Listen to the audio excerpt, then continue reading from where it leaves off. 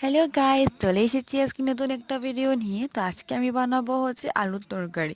আচ্ছা, প্রথমে একটা কথা বলে নিই। আলুর তরকারি বানাবার আগে তো আমার মাথাতে যে ক্লিপগুলো আছে সেগুলো আমার দিদি বানিয়েছে। যদি আপনাদের এরকম সেম ক্লিপ চাই তাহলে আমাকে কন্ট্যাক্ট করতে পারে। এখন আসি আমার রেসিপিতে। আলুগুলোকে ভালোভাবে কেটে এখন আমি এখানে পেঁয়াজ আর টমেটো ভালোভাবে গ্রেট করে নেব। আর কড়াই চাপিয়ে দিব, তাতে দিয়ে দিব তেল। তেল গরম হলে দিয়ে দিব আমরা পাঁচফোড়ন, আর তারপরে দিয়ে দিব কেটে রাখা আলুগুলো। তারপর এক এক করে নুন হলুদ দিয়ে ভালোভাবে নাড়াচাড়া করে দিয়ে দিব সব মশলাগুলো, যেগুলো আমি গ্রেট করেছিলাম পেঁয়াজ আর টমেটো, সেগুলো কেটে দিয়ে দিব ধনে প্লাস জিরে গুঁড়ো, আর দিয়ে দিব লঙ্কার গুঁড়ো। আর তারপরে দিয়ে দিব এক এক করে জল। আর জল দেওয়ার পরে ঝনকা জলটা ভালোভাবে শুকিয়ে আসবে, তখন রেডি হয়ে যাবে আলুর তরকারি। আর এখানে আমি টেস্ট করে দেখব যে কেমন হয়েছে।